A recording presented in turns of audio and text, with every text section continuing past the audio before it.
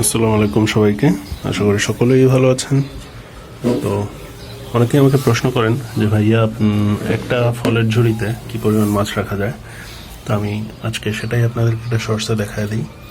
যেখানে আমার blue head সামুরাইয়ের baby আছে, এটাতে দেখলে হয়তো বুঝবেন না। এই পাশেরটাই দেখাই যে একটা ঝুড়িতে এই যে আমি একবার করলাম, দেখেন কি পরিমাণ মাছের বাচ্চা। হ্যাঁ, এই যে কি পরিমাণ, আমি একবার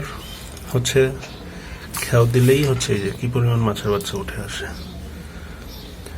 তো আপনারাও এভাবে করতে পারেন। এখানে আমি অনেকদিন ধরেই রাখছি এগুলাকে, 1 মাস, ওগুলাকেও 1 মাসের উপরে হবে, অনেকদিন ধরেই রাখতেছি। তো আপনারা চাইলে এরকম ফলের ঝুড়িতে এরকম পরিমাণ বাচ্চা 1 থেকে 1.5 মাস পর্যন্ত বড় করতে পারবেন। যখন 1 থেকে 1.5 মাস হয়ে যাবে তখন আপনাদেরকে বড় কোনো ট্যাঙ্কে ওদেরকে শিফট করা লাগবে। যত বড় ট্যাঙ্ক, যত বেশি পানি আপনারা দিবেন, মাছ তত দ্রুত বড় হবে, এটা মাথায় রাখতে হবে। এবং এই তো আশা করি আপনাদের উত্তর আপনারা পেয়ে গেছেন। ধন্যবাদ সবাইকে।